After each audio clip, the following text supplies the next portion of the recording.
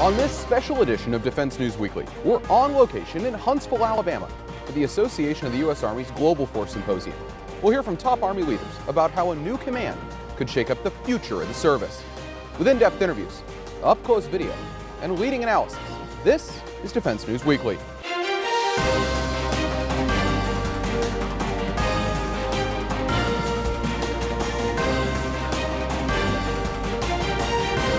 Welcome to this special edition of Defense News Weekly, broadcast here from the floor of the AUSA Global Force Symposium in Huntsville, Alabama. This entire week has been focused around the rollout of the Army's new Futures Command, designed to take over modernization across the service.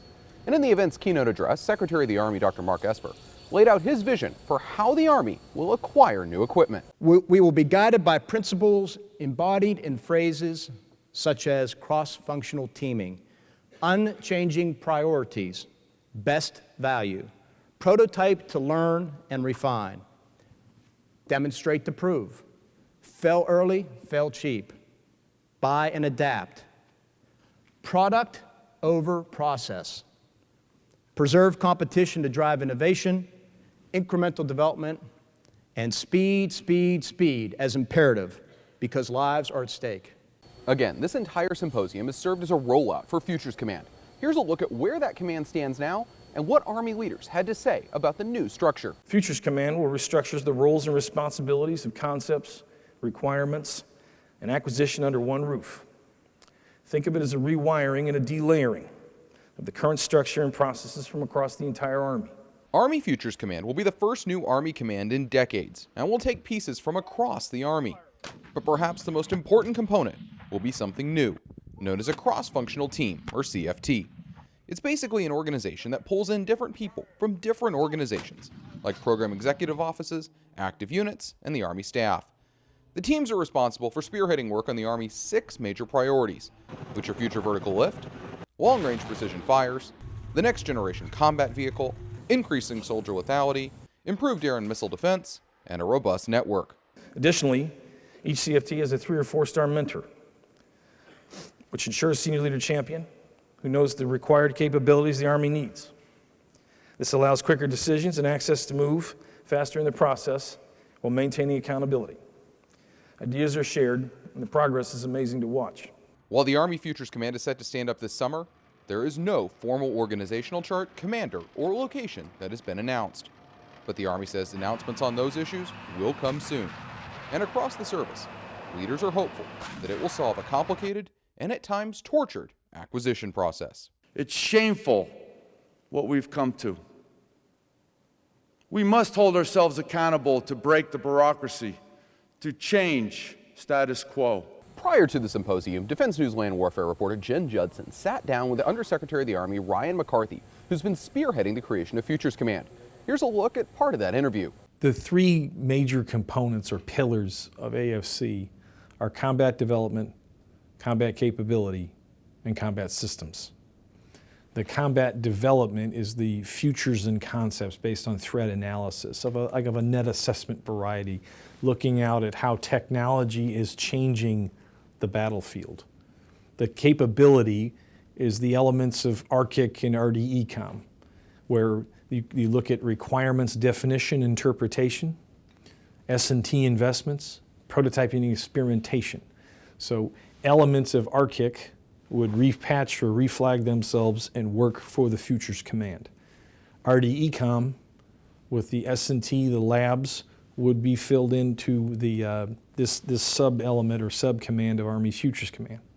And combat systems are the program managers that are formally assigned to the CFTs, but are matrixed into the command.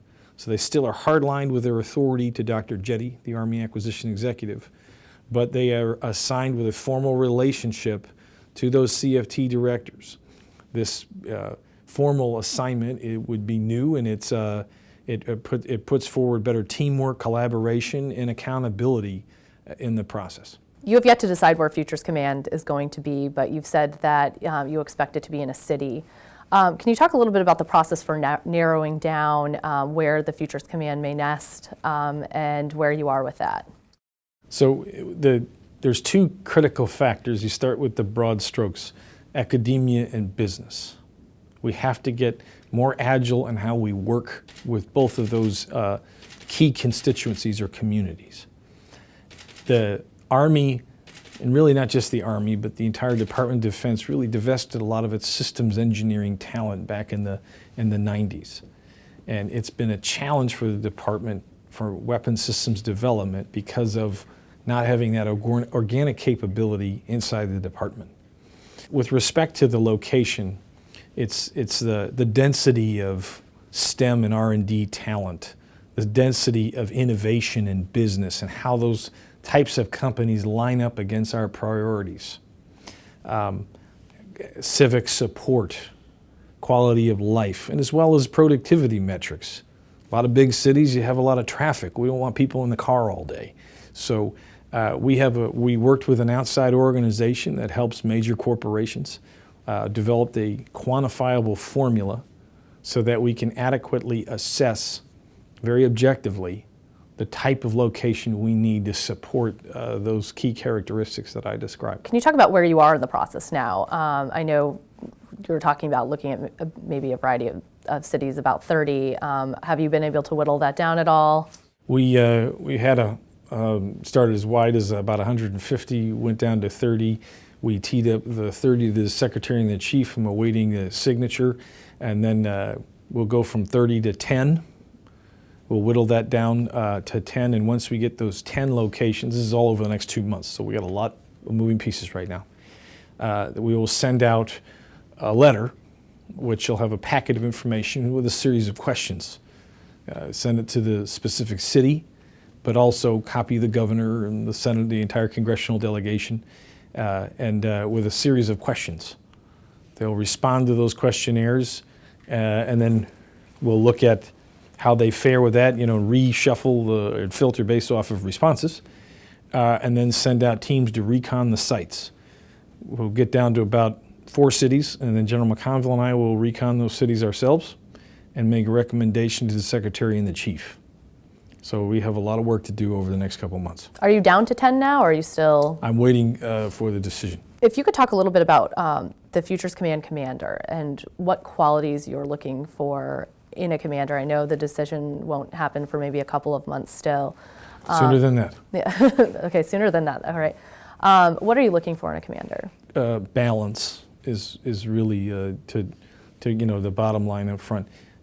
Obviously, this officer has to have the operational experiences to understand how our formations fight.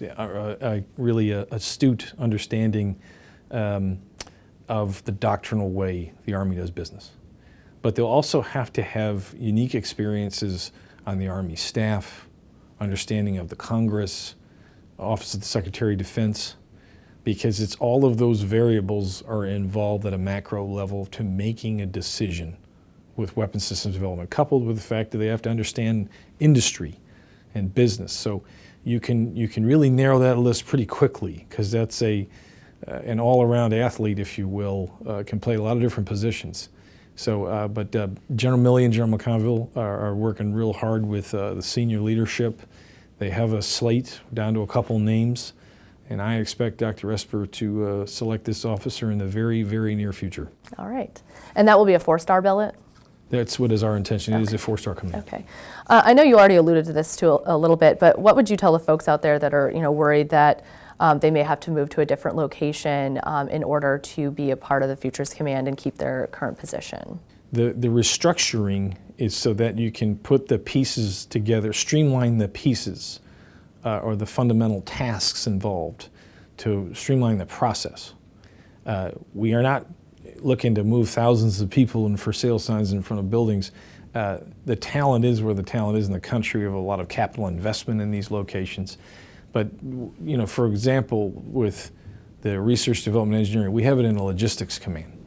That's at the tail end of the process. We want to bring in the S&T investment closer to requirements. What is the intent that the warfighter wants, as opposed to seeing a piece of paper on an email or a memorandum? It's now a team of teams that works together, that are incentivized, that are accountable, better teamwork. So that was the rationale. So they change in unit patches. They're not moving across the country or anything. They're They're just going to have a different relationship in the process. So we brought them closer together. That's the ultimate intent. To keep up to date with all of our coverage, be sure to visit our Facebook, Twitter, and LinkedIn pages. Also be sure to add us on Apple News and other platforms for the latest updates. And when we come back, we talk to two of the Army's highest ranking generals about what's ahead for soldiers in the field.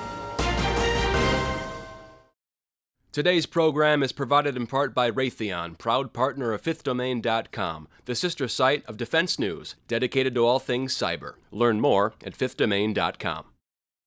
Welcome back to a special edition of Defense News Weekly, broadcast here from the floor of the AUSA Global Force Symposium in Huntsville, Alabama. One of the Army's biggest priorities that's been discussed here is future vertical lift, and it was the subject of a wide-ranging panel discussion here at the show. But before it began, the Army's senior aviator and Vice Chief of Staff, General James McConville, laid out why it's so important for the Army to work on future vertical lift. We kind of have a strategy, and we're doing it right now. We're incrementally improving the great helicopters we have. You know, they all start off as alpha models, and pretty soon you work your way through. Some are Echoes, some are Foxtrots, some are Blocks, and we've kind of incrementally improved the aircraft we have. But we talk about future vertical lift. What we're talking about is, where is the leap ahead technology? Where is the technology that's going to give us overmatch on the battlefield? One high-dollar Army portfolio is missiles. So here at the conference, we were able to catch up with the man who runs that, Program Executive Officer Barry Pike. In the interview, we talked specifically about the Joint Air-to-Ground Missile, which combines both types of Hellfire missiles into one. So what JAGM does, it actually blends both of those into one missile, plus adds two other modes that are kind of in between, where you could designate first with the laser or use the millimeter wave to designate at the beginning and complete with the other mode. Designed to replace the venerable Hellfire missile, the Joint Air-to-Ground Missile is fast approaching approval to enter production. Everything's on track for our low-rate initial production decision in May. We've completed 44 of our 48 flight tests for the engineering, manufacturing, development phase. While some issues were identified with the missile in an annual test report, Pike says those issues have either been addressed or resolved. But he did tell Defense News that sometimes tests fail, and it's part of the process. But when we do these big flight test matrices, they do what's called design of experiments, and so they want to test the boundaries of all the modes and all the performance of the system. So the missile did what it was supposed to do. It was a low probability of success shot, but those kind of things that you really want to test out and prove out in testing. Another thing Pike discussed was how his office was working with the cross-functional teams set up as part of the new Army Futures Command. What we've done is allocate our lead project managers to support those teams while they've done their prioritization. Prioritization just not of the modernization efforts, but of the Army's investments in science and technology. Working with industry on a day-to-day basis to understand what capabilities they can bring forward and at what pace. Without bullets, food, or fuel, an Army can't fight, and the mission of ensuring that those supplies get where they need to go belongs to the Army Materiel Command. Here at the symposium, Defense News Land Warfare reporter Jen Judson caught up with the commander of that unit, General Gus Poorna, to talk about what's ahead and how they'll work with the new Futures Command. Let's talk about Futures Command. That's obviously been the hot topic here at AUSA. How are you interfacing with Futures, planning to interface with Futures Command when it stands up? And obviously you have been with the CFTs, I'm sure. Right. But with that, sustainment is important, and you had mentioned earlier today that you really need to think about, the CFTs and the Futures Command really need to think about making sure that they're thinking about sustainment from the beginning when talking about bringing online modernized equipment. So how are you going to interface with So Futures right Command to now I accomplish have things like that? people that work for Army Materiel Command on each of the CFTs, right? They're integrated in, logisticians and contracting officers, so we can help enable the process to meet the Secretary and the Chief's vision. That's number one. Number two, we have to make sure that early on in the development, not necessarily through prototype or before prototype, because we do want it to be experimental, the good ideas that come forward. And we don't want to constrain them by, okay, what's the supply plan for that? Yeah, it's way too hard when you're prototyping. That's right. to think about it, yeah. But we want to be early enough to, okay, we think this is where we're going. Okay, now let's talk about how are we going to maintain it? What is the supply chain? What special tools do you need? What training do soldiers and leaders need to have. And we want to get that integrated. We want to define it and then integrate it into our process. So, for example, if you need leaders or soldiers to be trained, we have to program that into the school system, you know, before execution. Because if you field it and then you train, then you have a readiness issue. Second thing with the repair parts. If I don't have access to the repair parts, then we field the equipment and then it's not working, right? And a lot of times we don't think about the special tools. You know, the widget that needs to go in between a crack that, you know, that we need to have. And so we do that. We're part of those teams. I personally get briefed on all those life cycle sustainment plans. I have to approve it, and then Dr. Jetty from ASALT has to approve it. And I think this will be very beneficial in the long run. To me, this is about leadership, standards, and discipline in execution of what we're supposed to do. And I've seen a lot of energy to do this right. You heard me talk, well, maybe you didn't hear me talk. This is a different conversation. I believe we have to get this right, because if we don't, we'll have equipment on the battlefield where we don't have leaders that know how to maintain it. We don't have repair parts or special tools, and shame on us. So. Realigning roughly 1.2 million parts, pieces of equipment. Piece of equipment, yes. yes. And you know, you said that some should be divested due to obsolescence, but you're using something called the decision support tool to help Correct. solve that. Can you update us on where you are with that and how that tool is helping to? So that tool is the enabler, right? It helps us make decisions. We execute movement of equipment and/or divestiture based on the Secretary and the Chief's priorities and the COCOM commander's requirements, right? It's a simple formula. And so what we're doing right now is I can see every piece of equipment in the total Army. Active component, National Guard, and Reserve. We know who has excess equipment to authority and who is short equipment to their authority. And we have directed, the Chief has given me authority to direct the movement of equipment. And so what we're doing right now is we've identified the movement. We have prioritized up through the first 250,000 pieces, and we're in the process of moving them all around the world to meet the unit shortages. That won't take them to 100%, but it's going to do a darn good start. Still to come, we sit down with the head of Army Forces Command and get a status update on the Army's network. Welcome back to this special edition of Defense News Weekly. Broadcasting here from the floor of the AUSA Global Force Symposium in Huntsville, Alabama. On this week's Money Minute, personal finance expert Jeanette Mack offers her latest tips. Uniform inspections require attention to detail, a skill that translates to all aspects of civilian life. And when it comes to leasing a car, nothing could be more important than attention to those details. Leasing can offer some attractive monthly payments, but you should understand how a lease works before you sign on the dotted line. Leasing is different than ownership. You're not paying on a loan towards owning the car. You're actually only paying for using the car over a period of time. A typical lease term is 3 years, but you can go up to 5. Most leases put restrictions on mileage, meaning driving over a certain limit will result in fees, sometimes as low as 10,000 miles a year. So you'll have to be mindful of how you're using your car when leasing. If you lease a car and then decide it's not for you, you could also face early termination fees. Something to keep in mind if your lifestyle changes frequently. You don't want to end up spending more on the car than you intended or that you can afford. If you're still unsure, work with your financial institution to see whether buying or leasing makes sense for your budget. Thanks, Jeanette. We'll see you next week. To get more defense news coverage, be sure to visit our website at defensenews.com and subscribe to our Early Bird Brief, delivered to your inbox every weekday morning to get you ready to start the day. And when we come back, we'll take a look at the status of the Army's network and talk with the commander of Army Forces Command. Welcome back to this special edition of Defense News Weekly from Huntsville, Alabama. The Army's network could be something that in a future war could mean the difference between life and death for soldiers.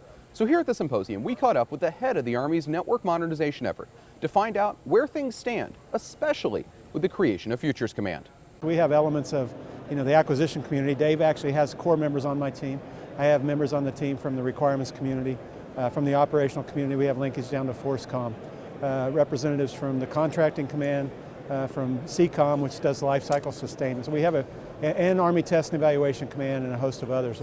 So the team is, although there's a lot of different folks from a lot of different organizations, relatively small, about 30 folks make up the core team. And really it's about focused integration. General Robert Abrams commands the Army's largest unit, Army Forces Command, which is responsible for nearly all of its combat units. So here at the symposium, Defense News Land Warfare reporter Jen Judson sat down with him to talk about how his command is working to integrate new equipment being put into the field. Here's a look at part of that interview. Obviously, the big topic at the show is the Army Futures Command. You are also in command of a 4-star command that is very important. And so I wanted to get a sense from you how your command is going to work with this new command, what your relationship will be like. So let me start by saying the 3 Army major commands, Army Materiel Command, Training and Doctrine Command, and Forces Command today operate very, very closely together. So with the creation of Army Futures Command as another Army Major Command, I don't, based on what I've seen so far in the draft organizational designs and concepts that we've all been a participant in, as this thing has been, initial mission analysis, course of action development, course of action refinement, course of action, more analysis. So we've all of us have been participants in that. I don't think the creation is not going to directly affect, anything inside Forces Command, but it will be another major command that we will all be integrated with, and there'll be times where we are supporting them, we're in direct support of them, and vice versa. So, I think this is a long overdue change. As you've heard many of our senior leaders say, that we really didn't have one entity with the rose pinned on to really think about the future, the deep future, and to prepare us, principally materiel-wise, to get us ready for the future. So with the Army Futures Command focused on modernization priorities, they've talked a lot about getting capability out into soldiers' hands immediately, as quickly as possible, over time. How does Army Forces Command play into that process and actually getting things out into the right unit? Yeah, so the biggest thing that we're going to be able to do is today, after the AUSA in October, we created the 8 cross-functional teams that are aligned with the 6 priorities. Each of those cross-functional teams, what we've done is we want to, part of the entire change is to get some things, try it out, experiment with it, and as you've heard say, if you're going to fail early. We've got to get that. That means we got to get it in the hands of soldiers early, so that they can tinker with it. We've got our soldiers today, this generation, they've got great intelligence. They've got a great spirit of innovation. They're unbelievably technologically savvy. And so they're very comfortable with this. And so when you put it in the hands of them, they'll think of things that either whoever developed the equipment said, well, I actually never thought about that application. I didn't anticipate that application. Or, oh, I didn't realize that would be such a problem. Moving a switch from one side to the other. Simple things, right? So the key for us is to provide an avenue to put it in the hands of soldiers early. So what we've done is we have aligned each of the corps against those cross-functional teams. And then I've authorized direct liaison between the CFT and those respective corps and divisions to gain access. So that when the CFT says, hey, in 3 weeks we need 10 soldiers, we want to try out this new piece of kit, we got some new night vision goggles, can we take them up to New Hampshire, we want to do it under cold weather conditions, yep, sure. So that direct coordination. And we've got some established business rules for, thresholds for duration and what size unit. It'd be very disruptive to say I need a battalion 3 weeks from now, because the battalions all have, they've got other things on their training calendars. But we're not hitting our total stride yet across all 8 CFTs, and so these are things that we can do. It's really about providing the access to the CFT to get that soldier feedback immediately. That's all we have time for this week. But if you want to see and read more coverage of the AUSA Global Force Symposium, be sure to head over to our digital show daily at defensenews.com. Thanks for joining us this week in Huntsville, Alabama, and we'll see you next time.